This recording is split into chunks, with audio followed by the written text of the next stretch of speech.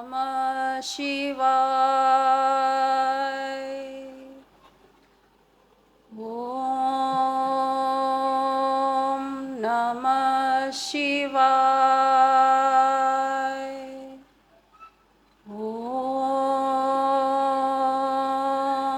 नमः शिवाय। चिदानन्दरूपो शिवोऽहं शिवोऽहं चिदानन्दरूपो शिवोऽहं शिवोऽहं चिदानन्दरूपो शिवोऽहं शिवोऽहं चिदानन्दरूपो शिवोऽहं शिवोऽहम्। महाकाल यात्रा।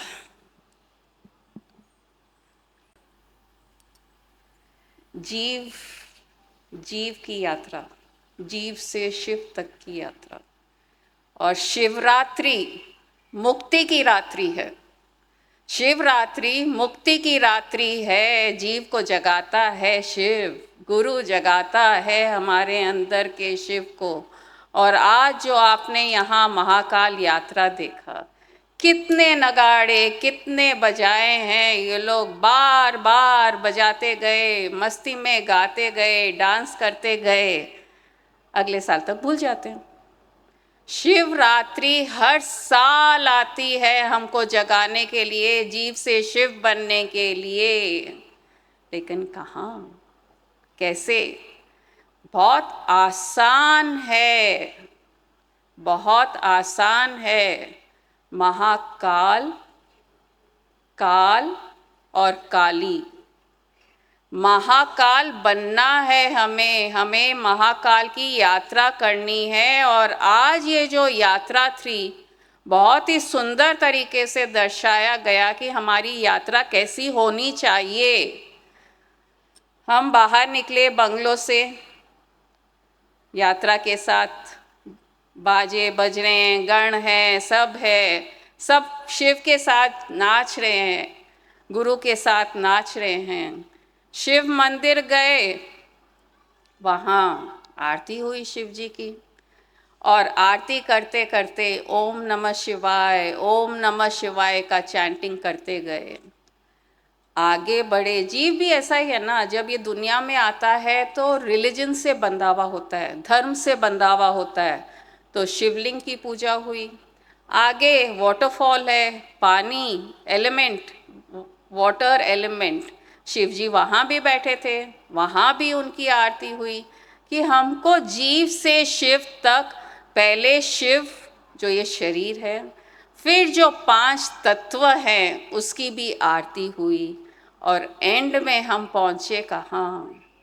हमारे गुरु के द्वार, स्वामी जी के द्वार, जो हमें महाकाल कर दिया, महाकाल की यात्रा करा दी।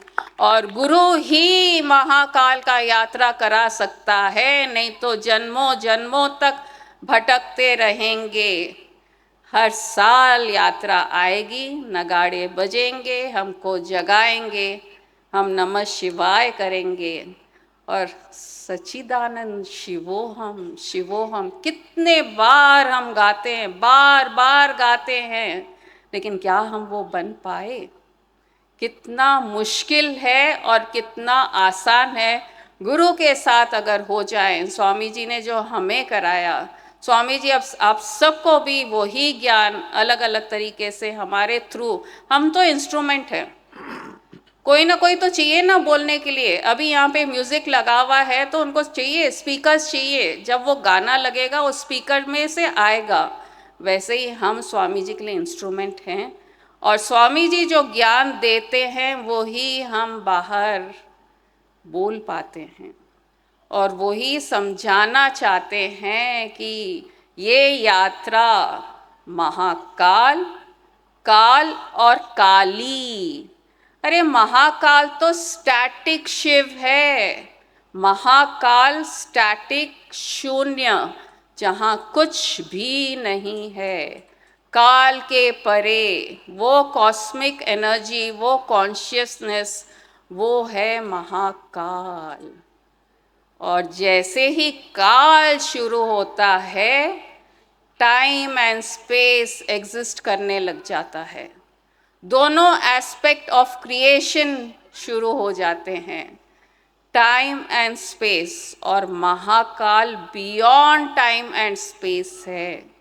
टाइम एंड स्पेस में सृष्टि क्रिएट होती है, समय क्रिएट होता है, जीव क्रिएट होता है, प्रकृति क्रिएट होती है।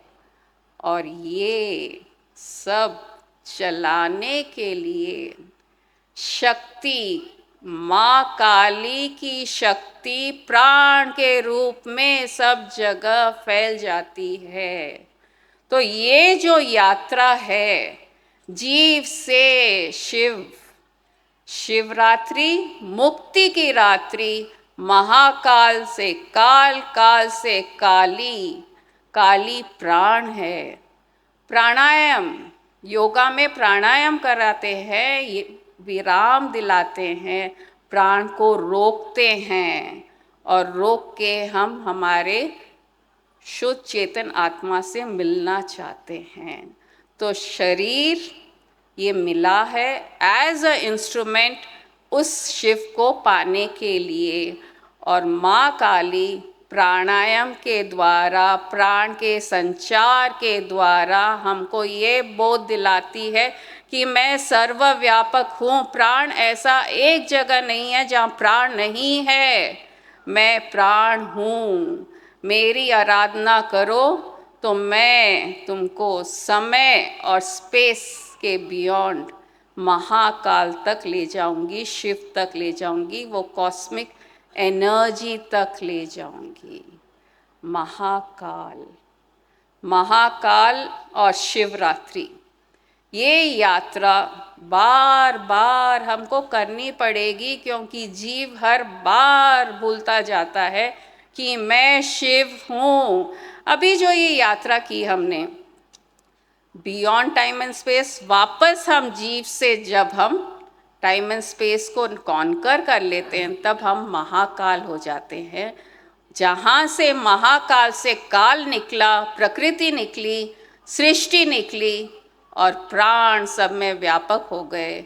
गुरु आके हमको समझाता है कि तुम ये शरीर, मन, बुद्धि, इंद्रियां नहीं हो, तुम वो शुद्ध चेतन आत्मा हो जो सर्वव्यापक है, सब जगह है, और तुम वो शिव हो।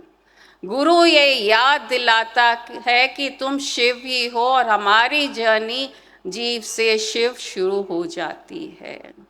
अब इसको कैसे समझें? महाकाल, महाकाल जब हम रात को सोते हैं, हम जब सो जाते हैं, हमारा शरीर महाकाल में चला गया। उसको कुछ भी ज्ञान नहीं है कि वो कहाँ है, वो बस है, समय के परे है। ये शरीर जब सो जाता है, उसे कुछ ज्ञान नहीं है, वो शिव है, वो महाकाल है। और जो सपना हमारे अंदर चलता है मन में, वहाँ फुल डायनामिज्म है, फुल शक्ति है। और सपने में हम पेड़ भी क्रिएट कर रहे हैं, जानवर भी क्रिएट कर रहे हैं, पहाड़, नदी, सब कुछ हमारे सपने में चलते हैं। लोग भी हैं, लड़ाई भी हो रहा है, आवाज़ भी हो रहा है। वो काल बन गया, सपना काल बन गया। लेकिन महाकाल को इसका असर हुआ क्या? नहीं। महाकाल जो हमारा शरीर सोया हुआ है, वो महाकाल है। सपना फुल डायनामिज्म है, लेकिन उसका कुछ असर महाकाल पे नहीं होता। वो ही जब हम उठ जाते हैं, सपना टूट जाता है, तब हमें ज्ञात होता है, अरे ये तो सपना था। वैसे ही जब हम उस कॉन्शियसनेस में उठेंगे, उठा दिए जाएंगे गुरु से, तब हमें पता चलेगा, अरे हम तो ये थे ही नहीं, ये तो सपना था, ये शरीर जो कर रहा था ये सपना था, हम तो वो शुद्ध चेतन आत्मा हैं। ये ज्ञान अगर हम बार बार बार बार अपने मन में चलने दें कि ये शरीर तो नश्वर है, आज तो ये बहुत ब्यूटीफुली, हम जब से यहाँ बैठे हैं ये बबल्स आते ही जा रहे हैं, आते ही जा रहे हैं, एकदम परफेक्ट गोल, इतने राउंड, पूर्ण आनंद है वो। और जैसे ही जहाँ कोई सरफेस टच किए भस्म हो गए, पूरे ऐसे धुआं हो गए और उड़ गए। हम भी ये नश्वर शरीर हैं, काल के तहत हैं, और एक न एक दिन ये शरीर छोड़ना ही है हमें। तो ये जो इम्पर्मनेंट चीज़ है उसका मोह छोड़ के उसमें मोह लगा लीजिए, जो हमेशा रहेगा, आज रहेगा, कल रहेगा, परसों भी रहेगा। हमको महाकाल की यात्रा करनी है, काल के परे जाना है। जब काल के परे चले जाएंगे, हमारा डर जो है इस शरीर का, अरे ये क्या होगा, ऐसा क्या होगा, वो सब खत्म हो जाएगा और हम महाकाल में स्थित हो जाएंगे, जहाँ कुछ भी इफेक्ट नहीं कर पाएगा हमें। अरे आप लोग कितने जने ने कैलाश मानसरोवर की यात्रा की है? कई जने करे होंगे। कैलाश मानसरोवर की यात्रा, कैलाश मानसरोवर, वो मानसरोवर की मैं बात नहीं कर रही हूँ। यहाँ मानसरोवर किसी ने गलती से सुन लिया, मन के सरोवर में हमको जो कैलाश है वो कलश है। कलश रूपी ये जो हमारा सिर है, उसमें अगर हम हमारी शिव की यात्रा कर लें, उसमें अगर हम सिर्फ शिव को बिठा दें, हमारे ईगो को हटा दें, तो हमारी कलश और मन का सरोवर की यात्रा बहुत अच्छे से हो जाएगी। और क्योंकि हर चीज़, सहस्त्रार, आज्ञा चक्र, सब यहीं इस कलश में स्थित है। तो मन के सरोवर में डुबकी लगाइए और मान सरोवर को भूल जाइए, क्योंकि मन के सरोवर में ही शिव स्थित है। और ये एक इतनी सुंदर दुनिया शिव ने क्रिएट की है हमारे लिए, कि हर चीज़ को एंजॉय करते हुए, हर चीज़ का आनंद लेते हुए भोलेनाथ कहलाते हैं वो, कि जो चाहिए मैं देने को तैयार हूँ, बस मेरी तरफ मुड़ जा, तुम शिव हो जा। और ये शिवरात्रि मुक्ति की रात्रि है, हर बार यही याद दिलाती है, शिव मुक्ति की रात्रि, शिवरात्रि मुक्ति की रात्रि। और मन के सरोवर में उस शिव को स्थापित कर दो।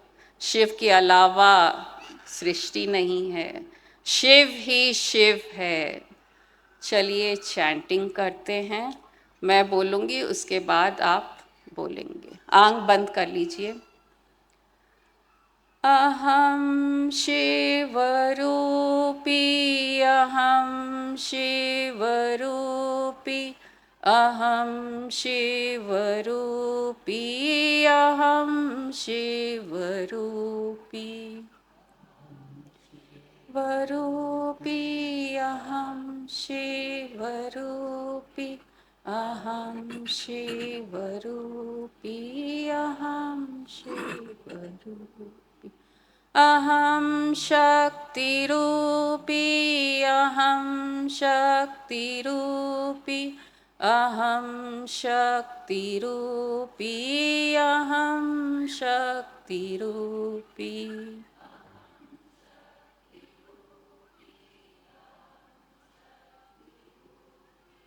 अहम शक्तिरूपी, अहम शक्तिरूपी, अहम सर्वव्यापी, अहम सर्वव्यापी, अहम सर्वव्यापी, अहम सर्वव्यापी,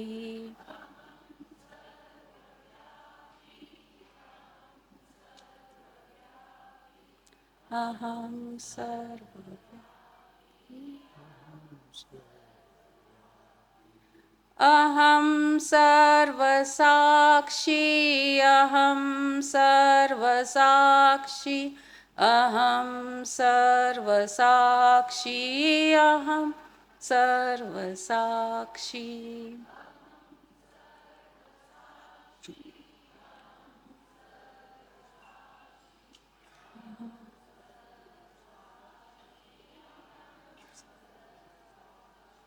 अहं नित्यरूपी, अहं नित्यरूपी, अहं नित्यरूपी, अहं नित्यरूपी।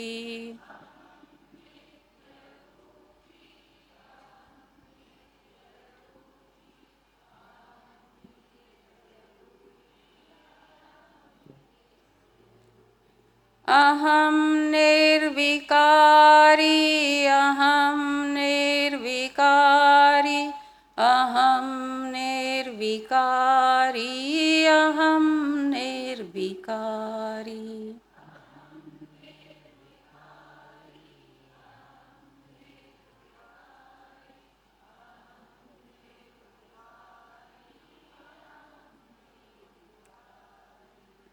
अहम् आनन्दरूपी, अहम् आनन्दरूपी, अहम् आनन्दरूपी, अहम् आनन्दरूपी।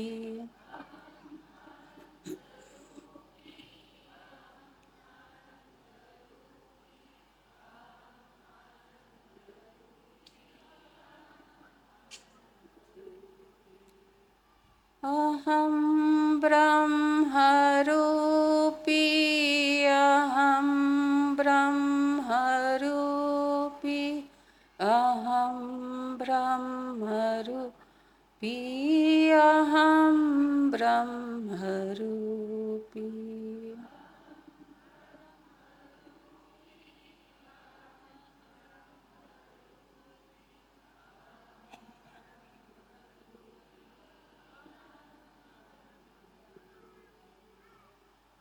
ॐ शान्ति शान्ति शान्तिः।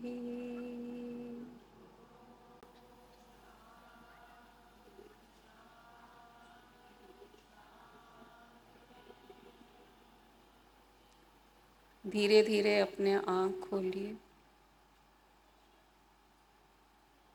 ये महाकाल की यात्रा आज आप सबके लिए मंगलमय हो, आप इसको पा सकें, ये स्थिति को पा सकें महाकाल की यात्रा करके। जितना आवाज़ करना है, जितना भजन करना है, जितना नाचना है कीजिए, लेकिन समय और स्पेस के परे जाना है और शून्य स्थिति को, शिव के शून्य स्थिति को पाना है।